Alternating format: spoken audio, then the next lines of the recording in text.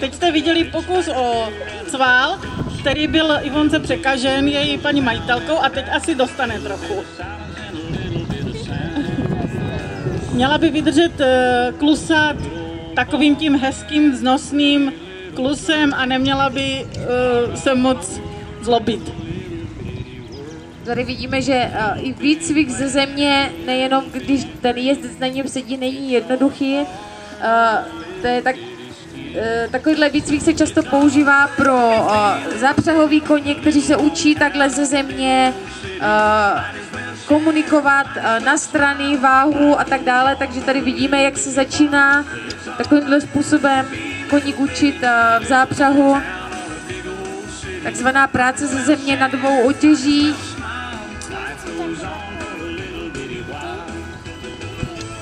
Taková trezura ze země. U nás v Rakousku se to taky využívá, vysoká španělská škola ve Vídni, kde takhle cvičí ty mladé koně. A kde se ty koně už, řekněme, ve vysoké škole učí fakt už na mimiku nebo na gesto toho jezdce, reagovat, jo, zastavit ze strany a tak dále, tak dále. Určitě ta práce ze země není nic jednoduchého.